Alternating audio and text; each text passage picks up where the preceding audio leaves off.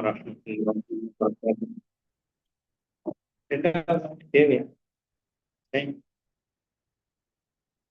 இரண்டாவது வகுப்பு முடித்துக் கொள்ளுமா? அல்ஹம்துலில்லாஹி ரப்பில் ஆலமீன். அல்லாஹும்ம ஸல்லி அலா முஹம்மதின் வ அலா ஆலி முஹம்மத் கமா ஸல்லைத அலா இப்ராஹீம வ அலா ஆலி இப்ராஹீம இன்னக ஹமீதும் மஜீத். அல்லாஹும்ம பாரிக் அலா முஹம்மதின் வ அலா ஆலி முஹம்மத் கமா பாரக்த அலா இப்ராஹீம வ அலா ஆலி இப்ராஹீம இன்னக ஹமீதும் மஜீத். அன்பார்ந்தவர்களே, ஹிஜ்ரி வருடம் 1447 ஆண்டில் தலைப்பாக நாம் எடுத்துக்கொண்டது மாநபியும் மஅரிஜுல் ஈமான். மாநபியுடைய பல வரலாறுகளை நாம் தொடர்ந்து பார்த்து வருகிறோம். மஅரிஜுல் ஈமான், ஈமான் ஒதுங்குமிடம், மதீனாவுடைய சில வரலாறுகளை நாம் இந்த புத்தகத்தை மையமாக வைத்து பார்த்து வருகிறோம். எதுவரைக்கும் வந்து சேர்ந்திக்கிறோம்? கடைசி எங்க வந்து சேர்ந்திக்கிறோம்?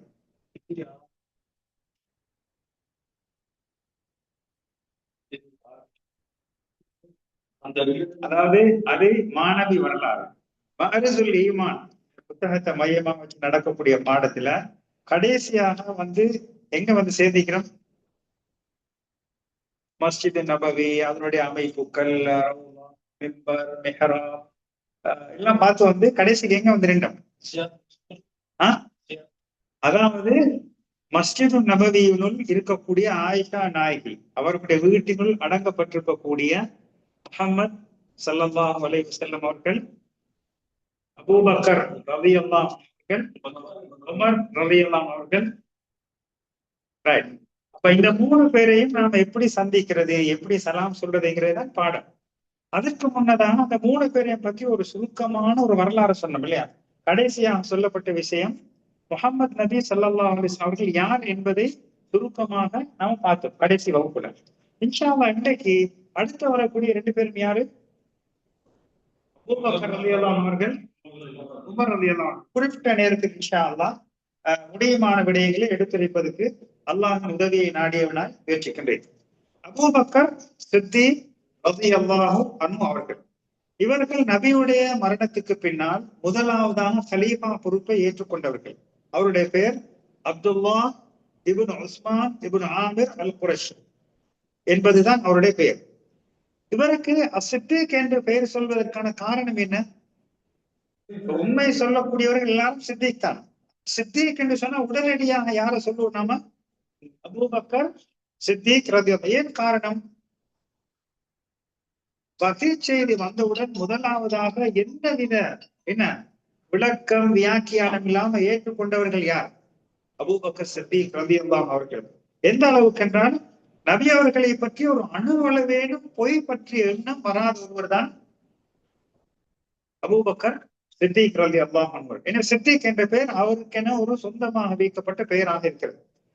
இவர்தான் குலஃபாக்கள், நேர்வழியில் நடந்த ஹலீஃபாக்களில் 4 ஹலீஃபாக்களில் முதலாவது ஹலீஃபா யார்? அபூபக்கர் ரலியல்லாஹு அன்ஹு. சுவர்க்கத்துக்கு நன்மாராயம் கூறப்பட்ட 10 பேர்களில் முதலாமவர். இஸ்லாத்தை ஏற்றுக்கொண்ட ஆண்களில் முதலாமவர். சஹாபாக்களில் ஈமானில் நபி அவர்களுக்கு பிறகு முழுமை பெற்றவர் யார்? அபூபக்கர் ரலியல்லாஹு அன்ஹு. சஹாபாக்கள் ரொம்ப சிறந்தவர், அதிகம் வீரமிக்கவர், அதிகம் விவேகம் உள்ளவர், அதிகம் அறிவுடையவர், நன்மையிலே அதிகமாக முந்திக் கொள்ளக்கூடியவர், தனது சொத்துக்களை எல்லாம் இறைப்பாதையிலே அல்லாஹ்வுக்காக தர்மம் செய்தவர், வாழ்விலே சிலை வணக்கம் என்பது நடைபெறவே இல்லை. நபி அவர்களுடைய பல இக்கட்டான நிலைகளில் எல்லாம் துணையாக தோழமையாக இருந்தவர்கள். ஹிரா குகையிலே, அதாவது ஹிராவல்ல, எந்த குகை? தௌர் குகையிலே தனிமையிலே நபி அவர்களுடைய ஹிஜ்ரத் பயணத்தின் போது துணையாக இருந்தவர்கள். ஹிஜ்ரத் பயணத்தின் போது கூடவே வந்தவர்கள். சஹாபாக்களில் அதிகமானவர்கள் நபி அவர்களை சேர்ந்திருந்தார்கள். ஆனால் மிகவும் அதிகமாக சேர்ந்திருந்தவர்கள், அதாவது நபியுடன் ரொம்ப நெருக்கமாக இருந்தவர்கள் அபூபக்கர் சித்திக் ரலியல்லாஹு அன்ஹு. அதே போன்று சஹாபாக்களிலே அவருடைய குடும்பத்தினர்கள் ஏராளமான பேர் இஸ்லாத்தை ஏற்றுக்கொண்டிருப்பார்கள். ஆனால் அபூபக்கர் ரலியல்லாஹு அன்ஹு அவர்களுடைய தந்தை, தாய், குழந்தைகள், குழந்தையுடைய குழந்தைகள் போன்ற அனைவரும் இஸ்லாத்தை ஏற்றுக்கொண்டார்கள். இது ஏனைய சஹாபாக்களுக்கு கிடைக்காத ஒரு விசேஷமான ஒரு தன்மை. ஷேகுல் இஸ்லாம் அவர்கள் கூறுகிறார்கள், அதாவது அபூபக்கர் ரலியல்லாஹு அவர்களுடைய வீட்டிலே எந்த நிஃபாத்தனமும் நயவஞ்சகத்தனமும் அங்கே இருக்கவில்லை. இந்த சஹாபாக்களுக்கு மத்தியிலே பொதுவாக நல்ல விடயங்கள் தான் இருக்கும். குறிப்பாக அபூபக்கர் சித்திக் ரலியல்லாஹு அவருடைய வீட்டிலே வலா யுரஃபு ஃபி ஸஹாபத்தி மிஸ்லு ஹாதா லிகைரி பைத்தி அபீ பக்கர். இந்த அபூபக்கர் அவருடைய வீட்டுக்கென தனித்துவமான ஒரு தன்மை இருப்பதை இமாம் அவர்கள் கூறுகிறார்கள். அதே போன்று நபி அவர்களுக்கு அடுத்ததாக சஹாபாக்களுடைய நபி தோழர்களுடைய ஈமானை நாம் ஒரு அளவுகோலாக எடுத்துக் கொள்வோமாக இருந்தால் அனைத்து சஹாபாக்களுடைய ஈமானை விடவும் அபூபக்கர் ரலியல்லாஹு அவர்களுடைய ஈமான் கனதியானதாக இருக்கும் என்று கூறுகிறார்கள். அதே போன்று அபூபக்கர் ரலியல்லாஹு அவர்கள் குர்ஆனை ஓதும் போது அவர்களுடைய அந்த சிந்தனை, அந்த இறையச்சத்தின் தாக்கத்தின் காரணமாக கண்ணீரை வடிக்கும். அந்த நேரத்திலே அழுவார்கள். விம்மி அழுகின்ற போது எதனை ஓதுகிறார்கள் என்ற தெளிவு கூட கிடைக்க மாட்டாது என்று கூறுகிறார்கள். அதாவது அந்த அளவுக்கு குர்ஆனுடன் அந்யோன்யமாக மிகவும் ஆழமாக பயணிப்பார்கள் என்ற செய்தியை கூறுகிறார்கள். அதே போன்று நபி ஸல்லல்லாஹு அலைஹி வஸல்லம் அவர்கள் அதிகமாக மிகவும் நேசத்துக்குரியவராக இருந்தவர்கள் அபூபக்கர் ரலியல்லாஹு அவர்கள். அதே போன்று தனது மகள் ஆயிஷா ரலியல்லாஹு அன்ஹா அவர்களை நபி அவர்களுக்கு மணப்பெண்ணாக மனைவியாக முடித்துக் கொடுத்தார்கள். அந்த ஆயிஷா ரலியல்லாஹு அன்ஹா அவர்கள் நபி அவர்களுக்கு மிகவும் நேசத்துக்குரியவர்களாக இருந்திருக்கிறார்கள். நாளைய மறுமையிலே நபி அவர்களுக்கு பின்னால் சுவர்க்கத்தில் நுழையக்கூடியவர்களில் முதலாம் அவர்கள். நபி அவர்கள் கூறுகிறார்கள், அமா இன்னக யா அபா பக்கர் அவ்வலு மன் யதுகுலுல் ஜன்னத மின் உம்மதி. எனது சமுதாயத்தின் முதலாவதாக சுவர்க்கத்தில் நுழையக்கூடியவர்கள் அபூபக்கர் என்று நல்ல செய்தியை கூறியிருக்கிறார்கள். அதே போன்று அவர்கள் சுவர்க்கத்துக்கு போகின்ற போது எல்லா வாயிலினாலும் அழைக்கப்படுவார்கள். அதாவது சுவர்க்க வாயில் 8 வாயில்கள் இருக்கின்றன. எல்லா வாயில்களினாலும் அழைக்கப்படுவார்கள். விரும்பிய வாயிலினால் அவர்களுக்கு சுவர்க்கத்துக்கு செல்லலாம் என்ற ஒரு அருமையான மிகவும் மகத்துவமான ஒரு சந்தர்ப்பம். அதே போன்று நபி ஸல்லல்லாஹு அலைஹி வஸல்லம் அவர்களை நேசிப்பது, சஹாபாக்களை நேசித்தால் நபி அவர்களை நேசித்ததை போன்றாகும். சஹாபாக்களை, அதாவது நபி அவர்களை நேசிப்பது ஒரு வணக்கம், சஹாபாக்களை நேசிப்பதும் ஒரு வணக்கம். ஜாபிர் இப்னு அப்துல்லாஹ் ரலியல்லாஹு அன்ஹு கூறுகிறார்கள், ஹுப்பு அபீ பக்கர் வ உமர் மினல் ஈமான். அபூபக்கர் உமர் ரலியல்லாஹு அன்ஹுமா அவர்களை நேசிப்பது ஈமானில், இறை விசுவாசத்தில் உள்ளது என்று கூறுகிறார்கள். யார் அதிகமாக நேசிக்கிறார்களோ, யாரை அதிகமாக நேசிக்கிறார்களோ அவர்களுடன் எழுப்பப்படுவார்கள் என்ற கருத்துப்பட இருக்கிறது. எனவே இது அபூபக்கர் ரலியல்லாஹு அவருடைய ஏராளமான பண்புகளில் ஒரு சுருக்கமான விடை. அடுத்ததாக யார்? உமர் ரலியல்லாஹு அவர்கள். இவர் அமீருல் முஃமினீன் அல் ஃபாரூக் என்று சொல்லப்படும். அவருக்கு சித்திக் என்று சொல்லுவோம். பிறகு என்ன சொல்லுவோம்? ஃபாரூக் என்று சொன்னா டிரெக்டா யார சொல்றது? உமரே ஃபாரூக் என்று சொல்லுவோம், அல்லது ஃபாரூக். ஆனா டிரெக்டா யாருக்கு பேர்? Umar ibn Khattab. இவருடைய பேர் உமர் இப்னுல் கத்தாப் இப்னு நுஃபைல் அல் குரைஷி. இவர் குறைஷி குலத்தை சார்ந்தவர். அபூபக்கர் ரலியல்லாஹு அன்ஹு குறைஷி குலத்தை சார்ந்தவர். நபி அவர்களும் நபி அவர்களுடைய வஃபாத்துக்கு பின்னால் முதலாவதாக கலீஃபாவாக தெரிவு செய்யப்பட்டவர்கள் அபூபக்கர் ரலியல்லாஹு அன்ஹு. அவர்களுடன் மிகவும் நேசராக தோழராக இருந்தவர் தான் உமர் ரலியல்லாஹு அன்ஹு. இவர்கள் தான் 2வது கலீஃபாவாக தெரிவு செய்யப்படுகிறார்கள். சுவர்க்கத்துக்கு நன்மாராயம் கூறப்பட்ட 10 பேர்களில் ஒருவர். அதாவது அபூபக்கர் ரலியல்லாஹு அன்ஹு அவர்களுக்கு பிறகு மிகவும் நேசத்துக்குரியவராக கருதப்படக்கூடியவர் உமர் ரலியல்லாஹு அன்ஹு. இமாம் ஷாஃபிஈ ரஹ்மத்துல்லாஹி அவர்கள் கூறுகிறார்கள், அதாவது சஹாபாக்கள், அவர்களை தொடர்ந்து வந்த தாபிஈன்கள், அபூபக்கர் உமர் ஏனைய சஹாபாக்களை விட இருவரும் சிறப்பில், மகிமையில், கௌரவத்தில் முந்தியவர்கள் என்பதில் யாருக்கும் எந்த மாற்று கருத்தும் கிடையாது என்று இமாம் ஷாஃபிஈ ரஹ்மத்துல்லாஹி அவர்கள் கூறுகிறார்கள். சஹாபாக்கள் பொதுவாக அல் குர்ஆனை கற்றுக் கொடுத்தார்கள். உமர் ரலியல்லாஹு அன்ஹு சஹாபாக்கள் குர்ஆனை கற்றுக் கொடுத்திருக்கிறார்கள். எந்த அளவுக்கு என்றால், சில மார்க்க வகுப்புகளில் இருக்கின்ற போது உமர் ரலியல்லாஹு அவர்களுக்கு சில வேளை கலந்து கொள்ள முடியாமல் போகின்ற சந்தர்ப்பத்திலே ஒருவரே பகரமாக சாட்டுவார்கள். அந்த வகுப்பிலே என்ன நடந்தது, நபி அவர்கள் மஜ்லிஸ்ல என்ன சொன்னார்கள் என்று கேட்டு தெரிந்து கொள்வதற்காக அவர்கள் வகுப்புகளில் கலந்து கொள்ள முடியாத சந்தர்ப்பத்திலே ஒருவரை பொறுப்பாக நியமிப்பார்கள். சொல்லுவார்கள் என்ன சொல்லப்படுகின்றது என்பதை நீங்கள் கவனிக்க வேண்டும் என்று. அவ்வளவு ஆர்வமாக, அதாவது அறிவு என்னிடத்திலிருந்து தப்பிவிடக் கூடாது என்பதிலே உறுதியாக கவனமாக இருந்திருக்கிறார்கள். அது மாத்திரமல்ல, அவர்கள் சக்தி, வலிமை, கம்பீரமான தோற்றத்தில் இருந்தார்கள். அல்லாஹ்வுடைய விடயத்திலே ஷைத்தான் அவர்களை கண்டு என்ன செய்வான், விரண்டு ஓடுவான். நபி அவர்கள் கூறுகிறார்கள், இவருள் ஹத்தாபுடைய மகனே, என் உயிர் எவன் கைவசம் இருக்கிறதோ அவனின் மீது ஆணையாக, நீங்கள் ஒரு பாதையில் சென்றால் உங்களை ஷைத்தான் நேரடியாக சந்திக்க மாட்டான். ஒரு பாதையில் பயணிக்கின்ற போது ஷைத்தான் வேறொரு பாதையிலே உங்களை விட்டு தூரமாகத்தான் பயணிப்பான் என்ற செய்தியை நபி அவர்கள் கூறியிருக்கிறார்கள். அன்பார்ந்தவர்களே, இவர்கள் மூலமாக இஸ்லாத்துக்கு பல உதவிகளும் இஸ்லாம் பரவுவதற்கு இவர்கள் காரணமாக இருந்திருக்கிறார்கள். அவர்களுடைய வலிமையும் சிறப்பும் இதனை பரம் சாட்டக்கூடிய விடயமாக இருக்கிறது. இவர்கள் இஸ்லாத்தை ஏற்றுக்கொண்டதற்கு பின்னால் முஸ்லிம்களுடைய வலிமை, சக்தி, வலிமை பெறுவதை பார்க்கிறோம். ஷேகுல் இஸ்லாம் அவர்கள் கூறுகிறார்கள், உமர் ரலியல்லாஹு அவர்களுடைய காலத்தில் இஸ்லாம் மிக வேகமாக பரவியது. ஏனைய காலங்களில் பரவியதை விட மிகவும் வலிமையுடன் பரவியதாக அவர்கள் கூறுகிறார்கள். எல்லா விடயத்திலும் அவர்களுடைய வீரம் முன்னிக்கும்.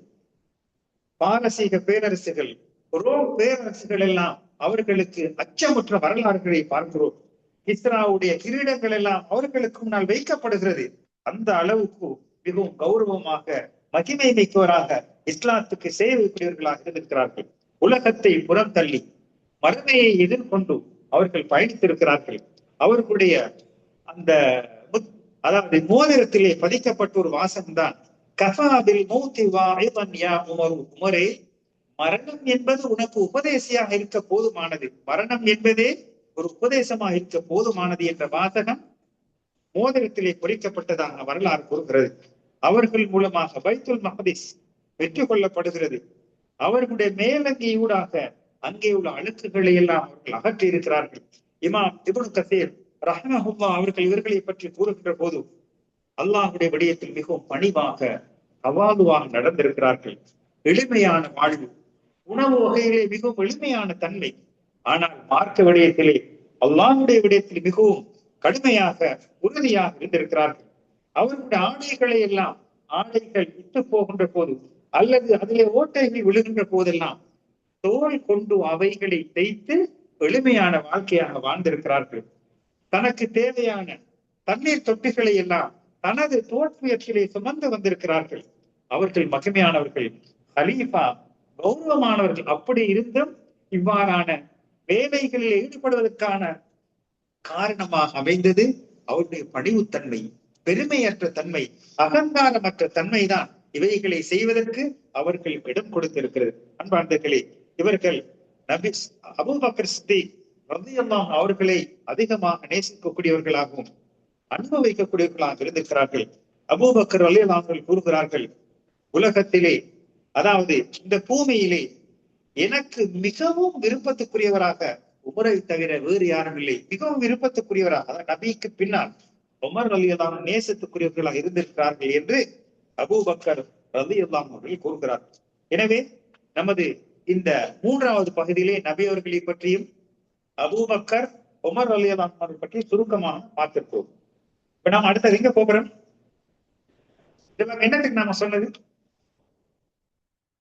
மஸ்ஜித் நபவியுடைய வரலாறுகளை படிச்சுட்டு அங்கே வந்துட்டு நின்றுட்டு அவங்க யாருன்னு பார்த்துட்டு போகணும்னு வந்தோம். அப்படித்தானே? என்ன அவங்க எங்க போகிறோம்? அடுத்து சலாம் சொல்ல போகிறோம். இப்ப இன்ஷா அல்லாஹ் இன்றைக்கு சுருக்கமாக சலாம் சொல்றதுக்கு அந்த அடங்கப்பட்ட கூட கவர் எப்படி இருக்குன்னு பார்ப்போம். அதாவது நபி ஸல்லல்லாஹு அலைஹி வஸல்லம் அவர்கள் ஹிஜ்ரி 11 என்ன செய்யறாங்க? ஹிஜ்ரி 11 வஃபாத் ஆகிறார்கள். அவர்கள் அடங்கப்பட்ட இடம் எங்க? ஆயிஷா ரலியல்லாஹு அன்ஹா அவர்களுடைய வீடு. அதற்கு பின்னால் அவர்களுடைய மரணத்துக்கு பின்னால் 2 வருடங்களுக்கு பின்னால் யார் மௌத்தாகிறாரு? அபூபக்கர் ரலியல்லாஹு மரணிக்கிறார்கள். அவர்கள் அடங்கப்பட்ட இடம் எங்க? ஆயிஷா நாயுடு வீடு, அவங்களோட மகள்கிட்ட வீடு. ஹிஜ்ரி 23வது வருடம் உமர் ரலியல்லாஹு வஃபாத்தாகிறாங்க. அவங்களும் அடங்கப்பட்ட இடம் எங்க? அதே வீடு. எனவே இந்த 3 நபர்களும் அடங்கப்பட்ட இடம் ஆயிஷா நாயுடைய வீடு. அது பள்ளிகள் அடங்கப்பட்டார்களா, அவர்கள் எவ்வாறு தரிசிக்க வேண்டும் என்ற விடயங்களை அடுத்து வரக்கூடிய வகுப்புகளில் பார்ப்போம். இன்றைக்கு அந்த எப்படி அடங்கப்பட்டிருக்கிறாங்கிறது மட்டும் நமக்கு தெரியும். சுருக்கமாக 3 மைல் கபறுகளும் எப்படி அடங்கப்பட்டிருக்கிறாங்க.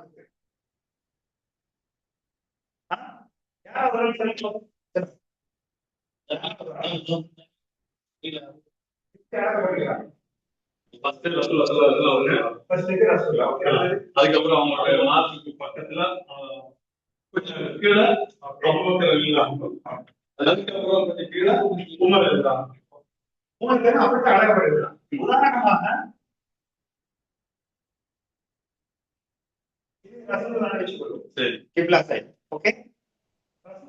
கால் பாதத்துக்கு மேலதான் அடுத்ததாக அடங்கப்படுகிறார். அவரோட கால் பாதத்துக்கு மேலதான் அடங்கப்படுகிறார். 3 பேரும் வந்து உதாரணமா பின்னுக்கு பின் வரும். அடுத்த செட்டா வர்றேன். இப்படி வச்ச ஓகே இங்க இருந்து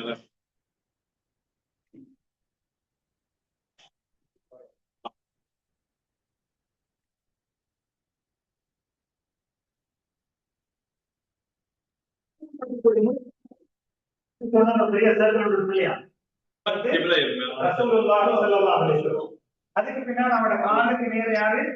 அபூபக்கர் ரலியல்லாஹு அன்ஹு. அவனோட காலுக்கு நேர இப்படி அடங்கப்பட்டிருக்கிறாங்க. இன்ஷா அல்லாஹ் இந்த கபரை நாம தரிசிக்கும் போது என்ன சொல்லணும், எப்படி சலாம் சொல்லணும், எது அனுமதிக்கப்பட்டது, எது தடுக்கப்பட்டது விடயங்கள் இன்ஷா அல்லாஹ் என்ன செய்வோம் வரக்கூடிய வகுப்புல பார்ப்போம். இந்த இது வந்து நமக்கு ஒரு சுருக்கமா தெரியும். 3 பேர் அடங்கப்பட்டிருக்கிறாங்க. மஸ்ஜிதுல வந்து இருக்கும் அப்படியா?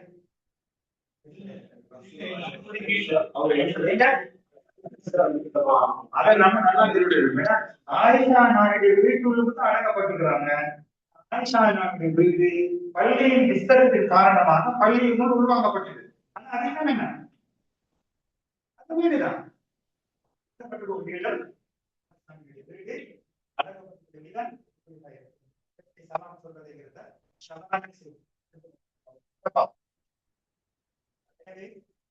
மாணவியின் மகரிசுல் ஈமானம் என்ற அந்த தலைப்பிலே நாம் பல விடயங்கள் இதுவரைக்கும் பார்த்து வந்திருக்கிறோம். இன்ஷா அல்லாஹ் அடுத்து வரக்கூடிய வகுப்புகளிலே இதன் தொடரை பார்ப்பதற்கு முயற்சிப்போம். எவைகளை எல்லாம் படித்தோமோ அவைகளை நாம் வாழ்வில் எடுத்து நடப்பதோடு பிறருக்கு முறையாக அதனை எத்தி வைக்கக்கூடிய நன்மக்களாக வல்லவன் அல்லாஹ் நம் அனைவர்களையும் ஆக்கிரல் புரிவானாக. ஆமீன். வஆகிரு தஅவானா அல்ஹம்துலில்லாஹி ரப்பில் ஆலமீன்.